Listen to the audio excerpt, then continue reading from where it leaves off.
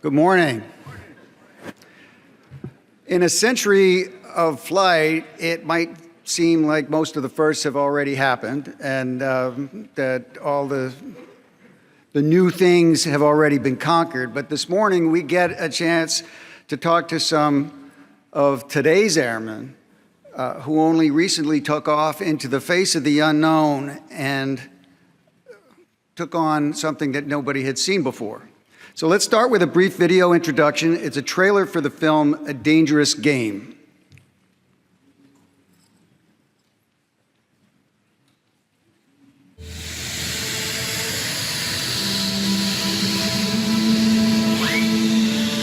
The radar just lit up.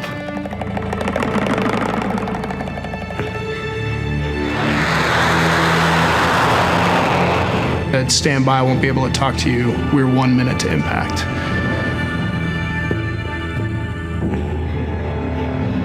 Launch to survive and defend the base.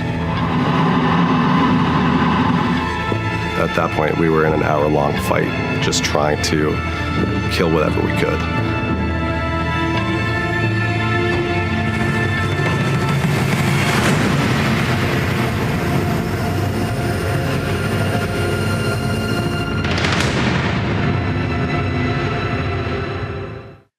Get the green light to take off.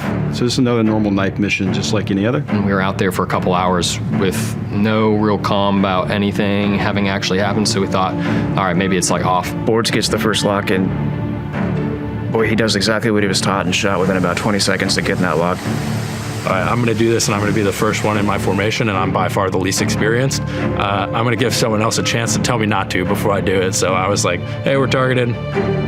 No one said anything. I was like, all right, we get a little closer. Yep, there goes the missile. All right, boys, here we go. That's a drone. And then the radar gets another and another. It fills. It's all attack drones. I would just say drone there, and then shoot. Missile would come off the rail. Drone destroyed. Next. 8 engagements, and then it was like, wow, that happened fast. The ground is on fire right now. You could see every single one of the drones where they hit. And that just took about 45 minutes to shoot all of the missiles that we could off of that force ship before we had to come home out of missiles and try and get some more to go back up. 300 weapons were fired at a target man. 6 of them hit. No one died. This is way, way bigger than me just shooting missiles at drones. This is defense of our coalition partners. We got to be part of a thing that was meaningful and had an impact.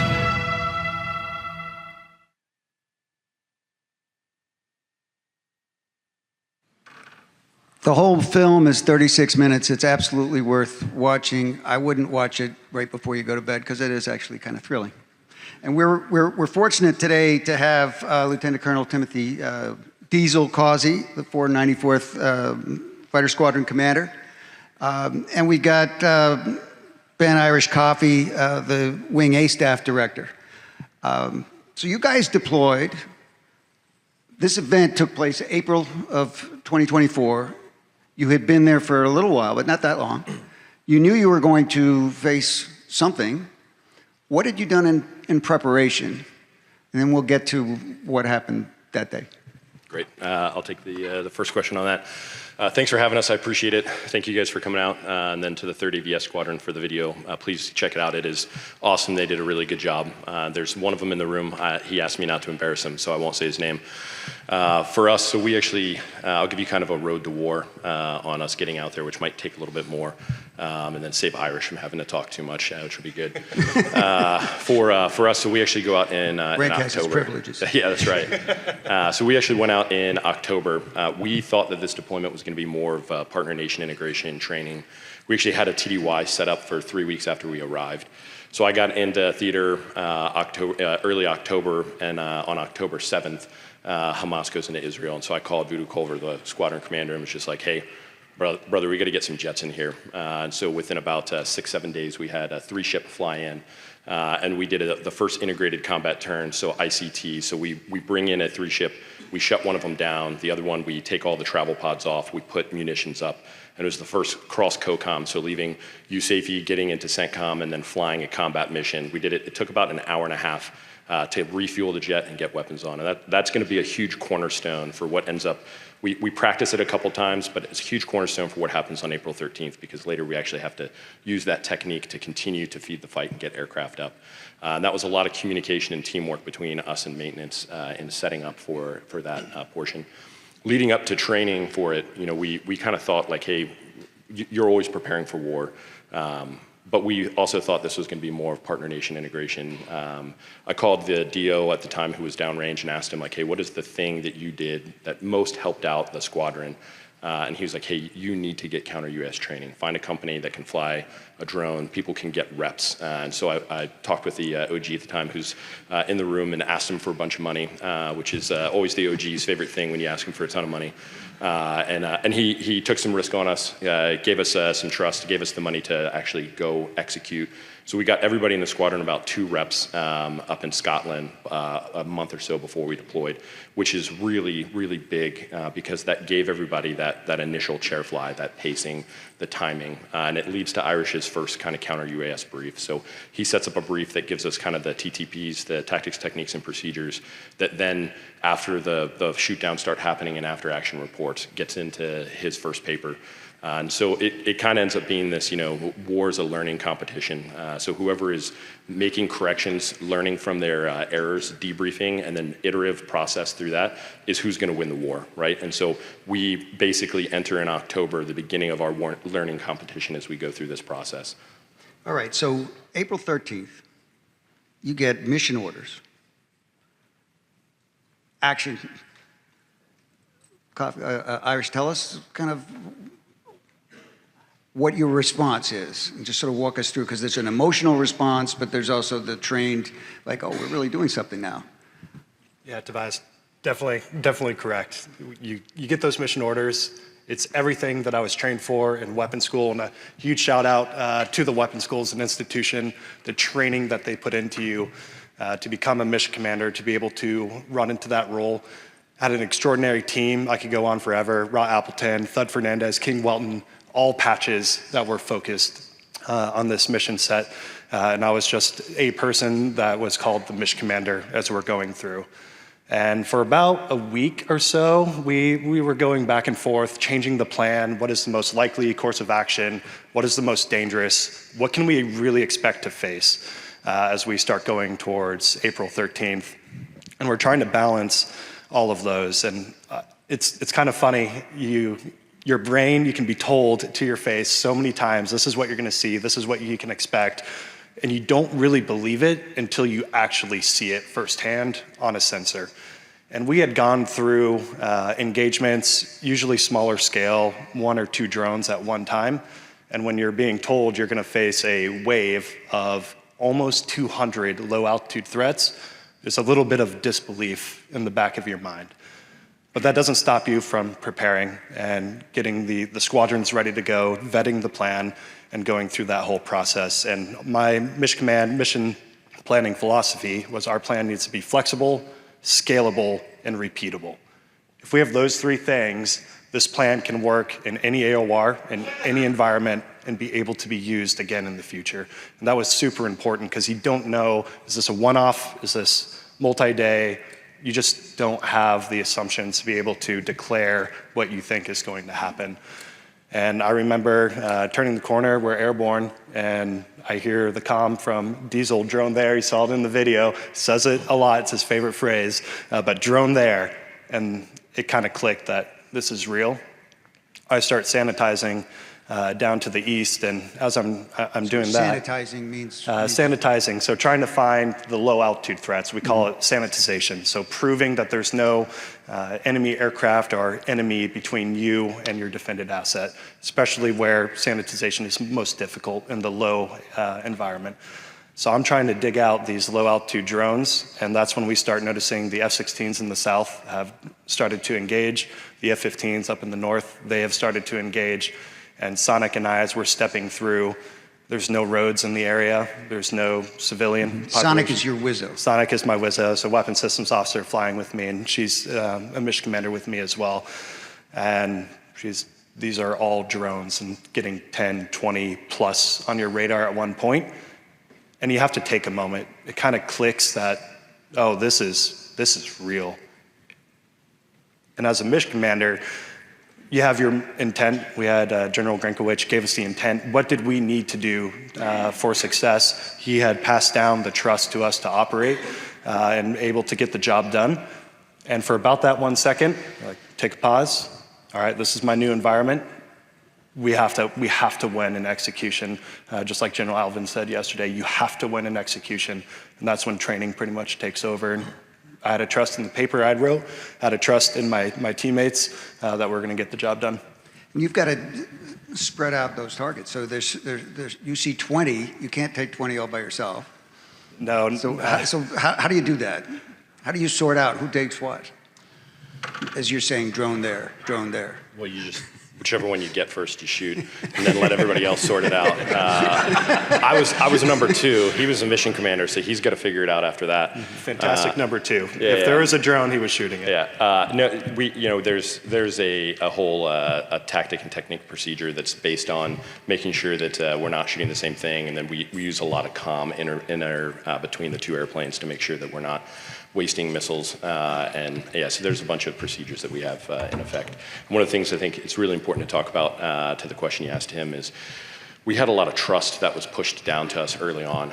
So when we got into AOR, General Grinkowicz came out and gave us a brief, and then General Kurilla, the CENTCOM commander, came out and gave us a brief, and then towards the end of the deployment, General France came out and gave us a brief at all, and all 3 of those generals standing in the squadron with us, talking to the entire squadron and saying, this is my left and right bounds. Here's my commander's intent. This is the risk that I need you to take when you have to, and then I need you to make sure that you are not taking too much risk, and that's where you sit.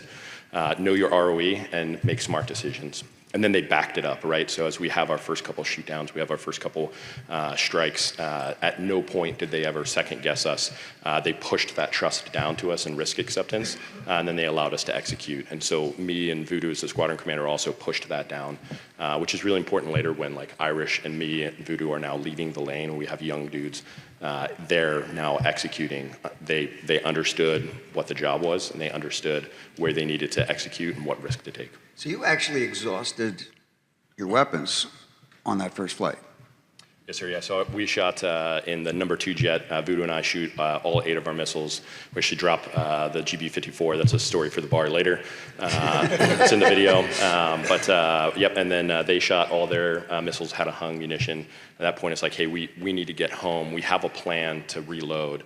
And so it's like, hey, let's get home, hand the lane off to the people that are behind us that have a couple more weapons that are in our squadron, and then try and get back into the fight later. Okay, so let's talk about that, because 2 things happen, right? You've got a problem, and you do a hot pit refuel. So Irish, tell your story, and then we'll come back to you. Sounds good. Yeah, perfect. Yeah, we're flowing back, and when we left the lane, this is something that I'm really, really proud of who was in the lane when we left.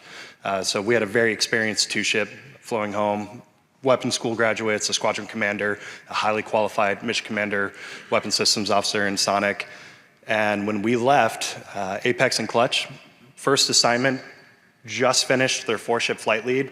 They took over the lane commander role in the middle lane, and they were directing tankers as alert fighters were coming in. They were posturing them, calling out threats, handing off to formations with a better fuel and missile posture to start engaging.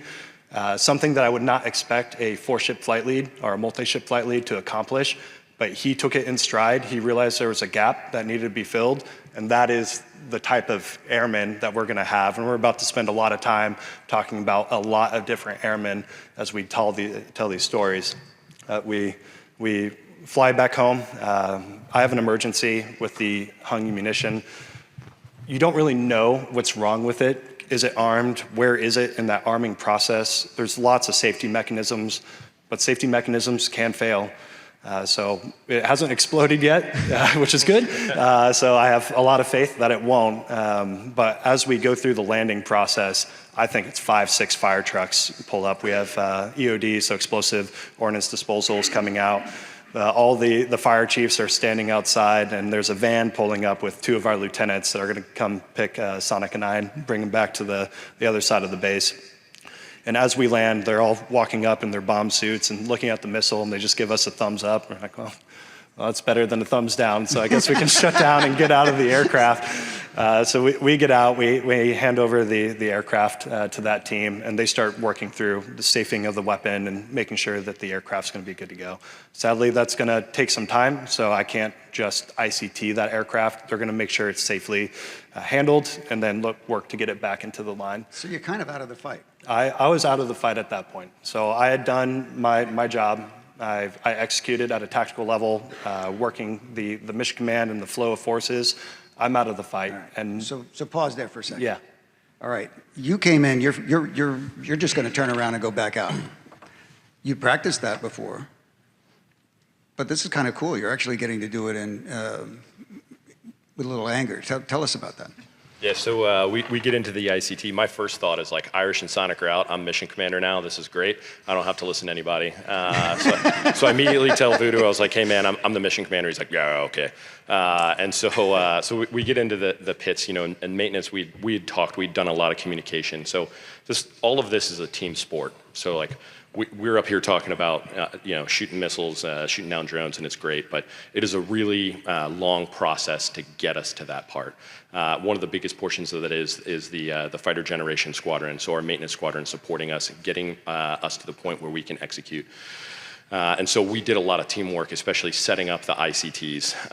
And so we talked before about where they're going to be, what weapons we need, how we want to actually run that flow, and then talked about the trust and risk between the two units. We had a phenomenal team out there with Chief Westmoreland and Major Kirby and Lieutenant Colonel Sapassi. And so we had this team built and ready to go. And so we get in the pits and everybody's there. Everything's, you know, ready to go. They're like, hey, leave both engines on. I was like, okay, that's a little bit non-standard, but they're like, hey, we need to get you airborne as fast as possible. And so we actually, we execute because it's combat, the mission needs to happen now. We execute with a little bit more risk. Maintenance was willing to accept it and they wanted to get us moving, which was fantastic. And so they start loading up the AMRAAM. You know, they look under the jet and they see that the 54 is gone, you know, and they just start shaking their nugget. I'm like, yeah. So they get the AMRAAM up, they start loading the AIM-9Xs, and that's when we actually start to see explosions kind of overhead. And so at that point, alarm red happens, and people kind of start shifting and moving around. And so Master Sergeant T.J. Adams comes out. He was the lead pro soup of the night, and he's just like, you, and you, go to the bunker. You 5, stay here and execute your job. And so in the video, you'll hear him kind of talk about, he's thinking people, mission, people, mission. And so there was a ton of airmen, especially in the maintenance squadron, that accepted personal risk. They didn't have to be directed to do it. They just accepted that personal risk because they knew that we needed to get back up airborne and defend the base and defend the coalition partners. And so to see those airmen, those young airmen without direction, just make it happen was phenomenal. And so TJ Adams, Master Sergeant Adams goes and gets them their gear, gets them a little bit more protected. We get a 2-ship airborne, and then once we are ready to go, we take off. And so it was 31 minutes from landing to takeoff from that ICT, which at the time was a record. It was absolutely phenomenal to then have 4 missiles, a full load of gas, get airborne and get back into the fight. And so we then head up north and then take over the lane again as the mission commander because he was gone, so I had it. All right, but now the base is under attack, and you decide that you're going to do something.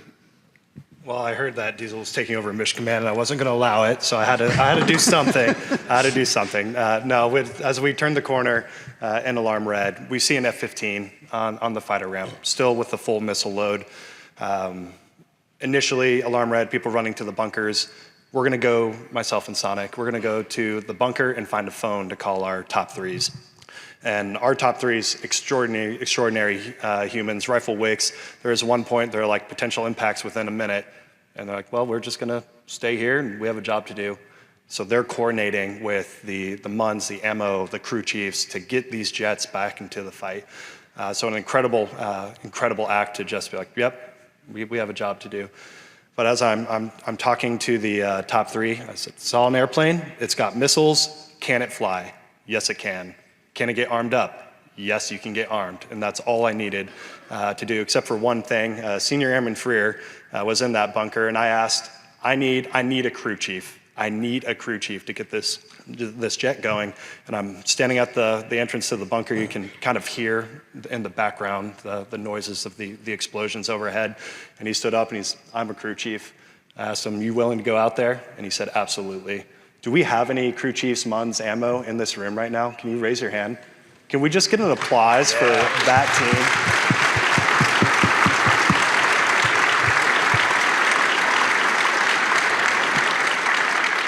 Absolutely extraordinary.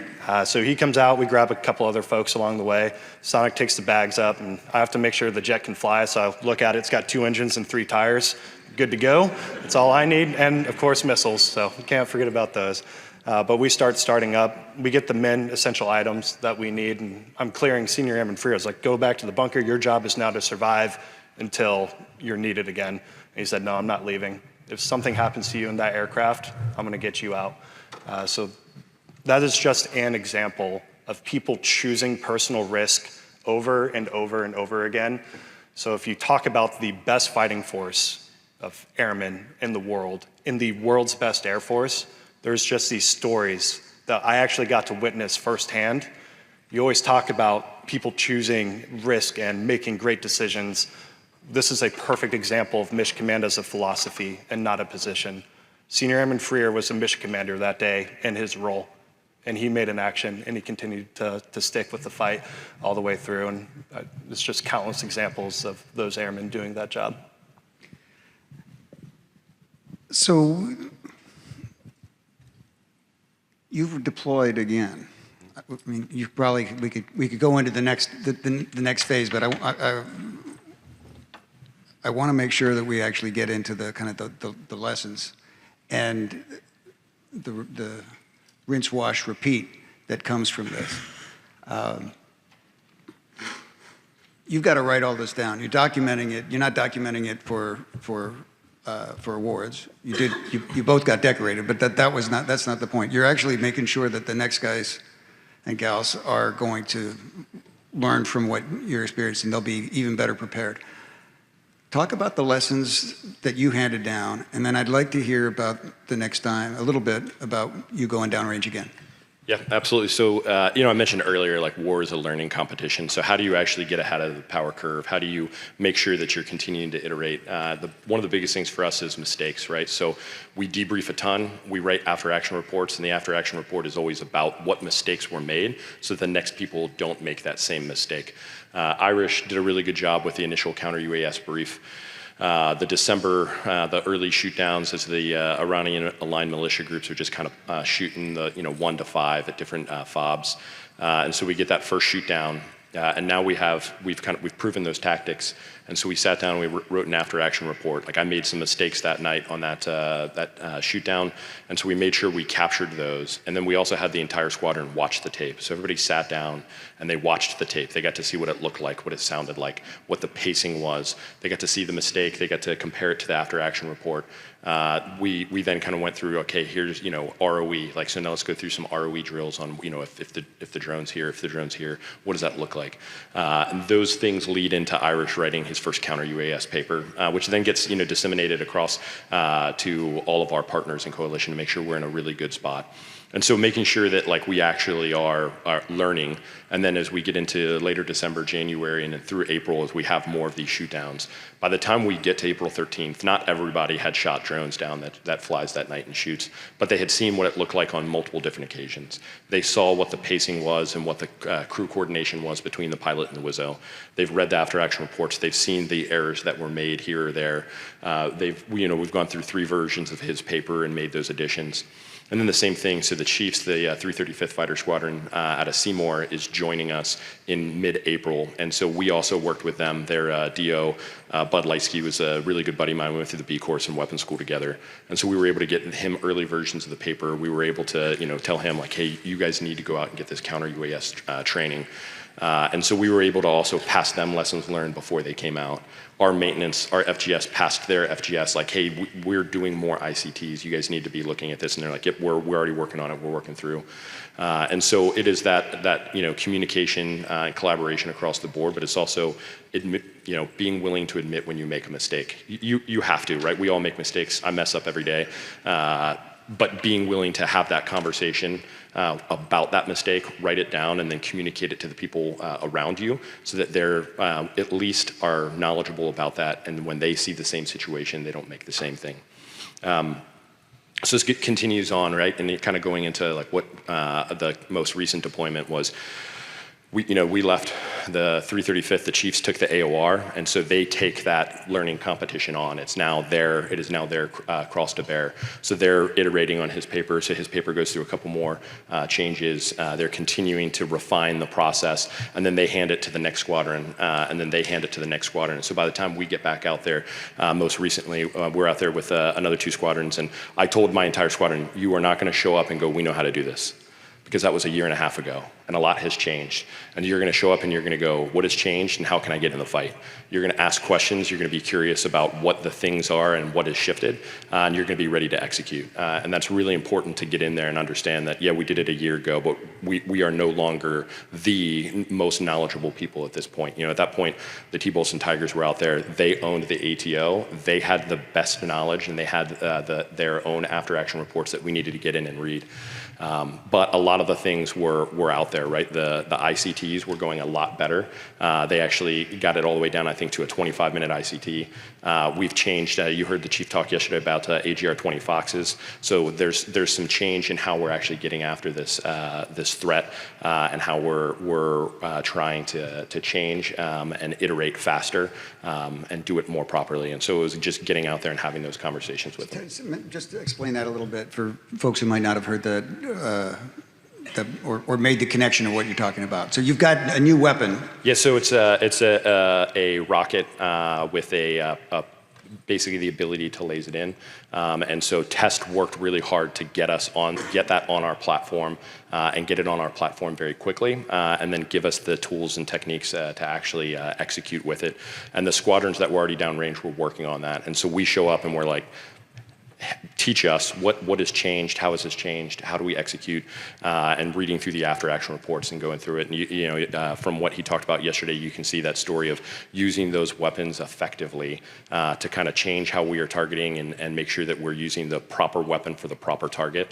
And then when you can't hand it off to the next proper defense in depth, as he then talked about the first U.S. Air Force Coyote basically shooting from the ground up.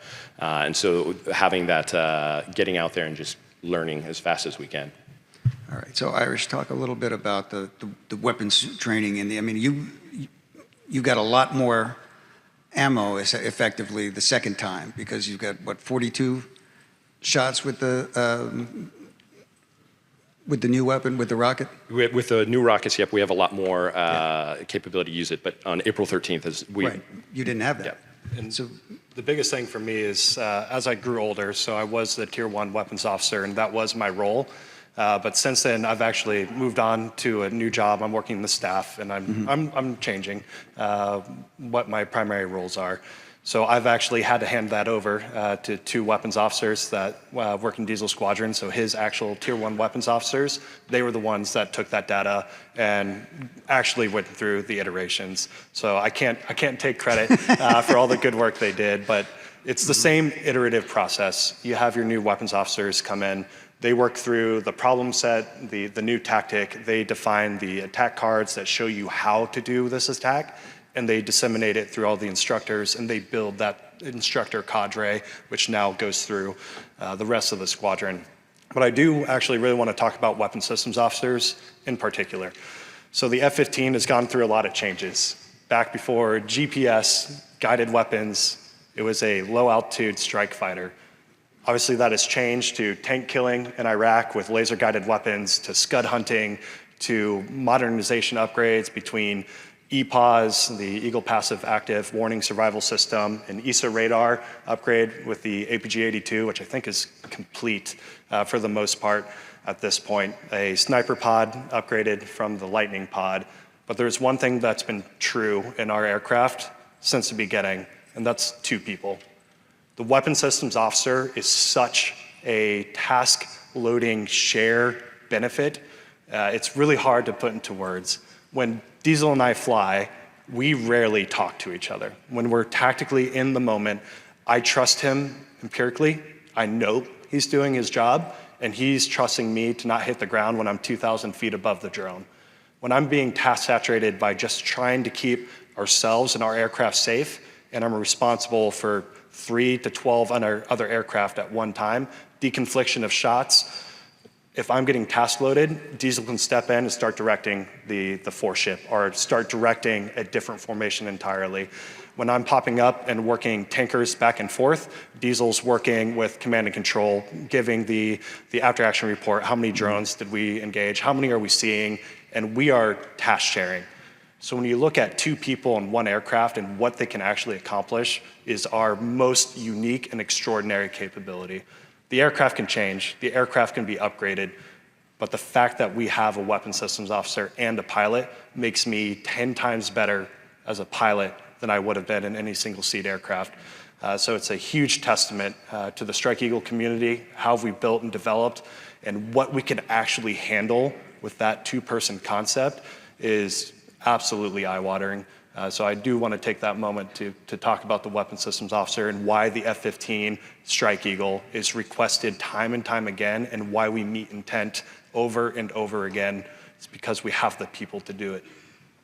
I didn't pay him to say any of that. Yeah. You should, though. Well, I mean, there's a little irony in that, we're moving more and more to single-seat fighters. But I won't go down that road because those aren't your decisions.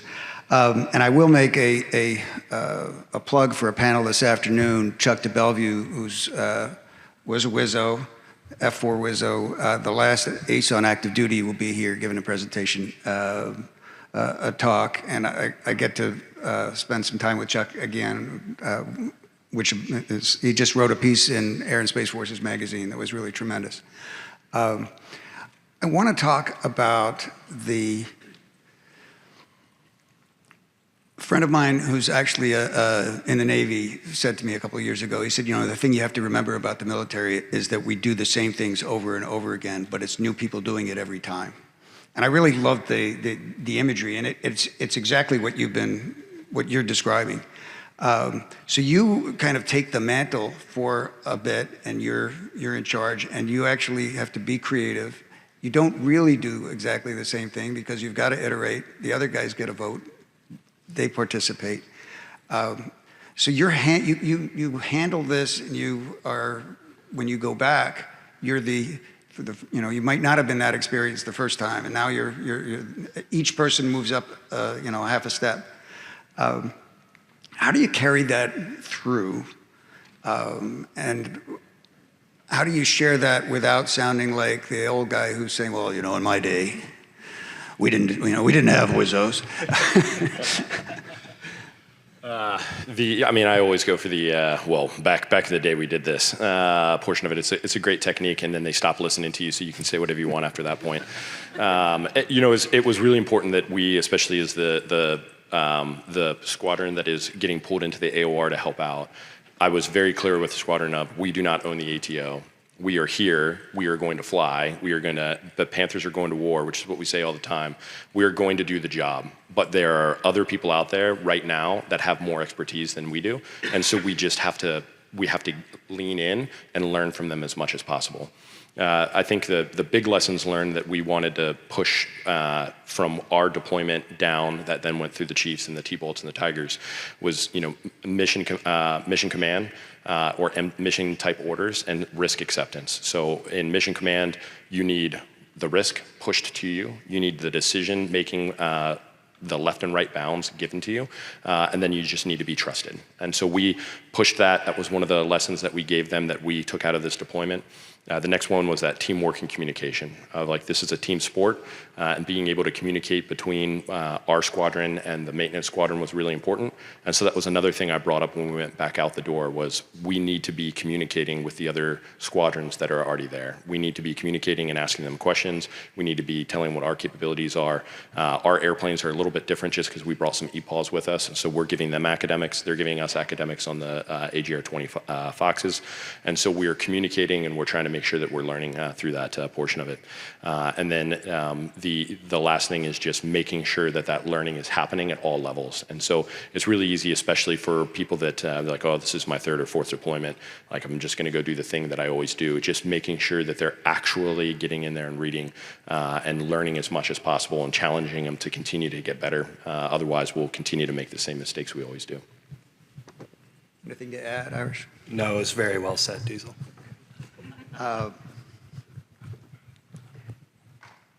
In the future, you'll go on, you're taking a new job, you're going to get to do new things. You're going to bring this experience. You're now going to have to teach at some point other people how to anticipate, I guess, how to anticipate change. Do you imagine a different approach, or does it change your perspective on what leadership might be like in the future? I mean, we have gone through generations where mission command was the order of the day, and then we went through a period of time where there was a very long screwdriver making every decision. So we're in that sense, we're going back to the future. That does change the way that you've grown up in the institution, and you're going to have to raise people a little bit differently.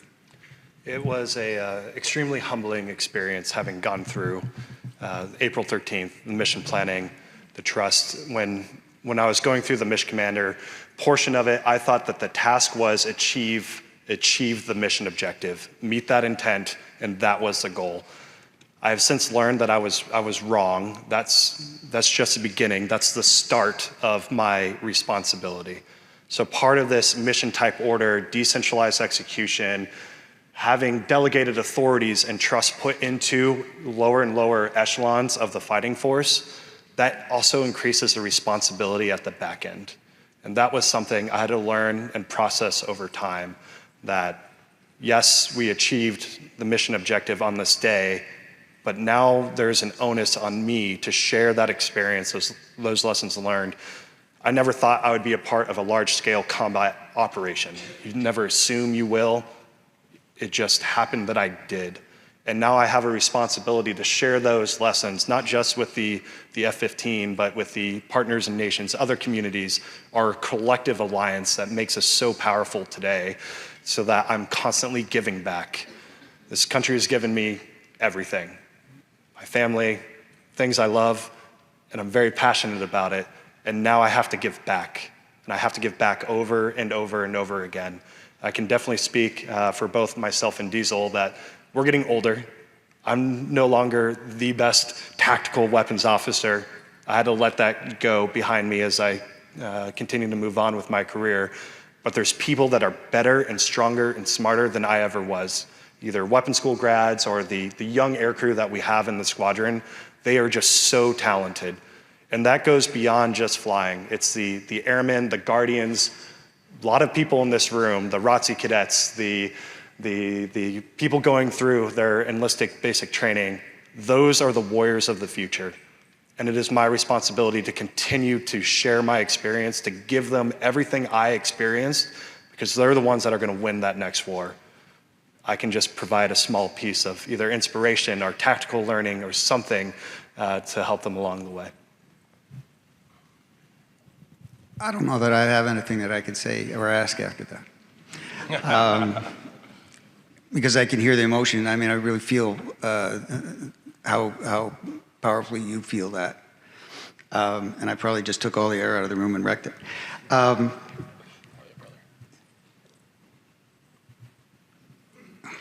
All of us have certain moments in our lives that will last forever, right? You know, for it might be, you know, 9/11, or it might be April 13th. And you'll relive it, and you'll relive it. The next day, you had to call people. You probably want to tell people you were okay. You probably want to tell people what had happened. I'd like to hear just a little bit of what that was like. Who was the first person you wanted to tell, and what was that conversation like? So we got back. Irish ran a really good debrief across both squadrons, tallying up all the shots and kills and stuff. So we are there actually pretty late. Get out. I texted my wife, told her I was good to go, going to sleep. That was the first person I wanted to talk to, but just the time changed. It's like, hey, I'm good, going to bed. I wake up the next morning to a phone call from Voodoo. It was like, hey, the president wants to talk to us. And I was like, okay, when? and he's like, he gives me the time, and I was like, is that in DC or Zulu time? He's like, I think it's in DC time. I look, and I was like, boss, that's in 12 minutes. He's like, well, you better hurry up and get here. And so we get down there, and we had a great conversation with the president, with all of the squadron. We get in there, and that's when Voodoo gives the infamous "Hell yeah, Mr. President" in his conversation with him, which was it was really humbling to have that conversation, to have him reach out and talk to the squadrons the next day about the events. I think most of us hadn't actually talked to our family at that point because it was a late night. We did all the debrief, and so I know that the first person that I talked to that wasn't in the squadron was actually the president on that phone call, which is really weird to say out loud. It was the exact same for me. I was up, I think, for 48, 50 hours by the time the stuff was done and packaged up appropriately, and it was immediately into that conversation. I think my mom and dad are actually right there. Hi, Mom and Dad. They actually sent me a text message, so my parents at one point, when I finally got out of the vault and out of the debrief, but it was ironically the President of the United States. All right, well, I think you guys were awesome. Thank you so much. I think these guys deserve not just a round of applause for a great presentation, but a couple of true American heroes. Thank you. Thank you for the time. Appreciate it. Thank you.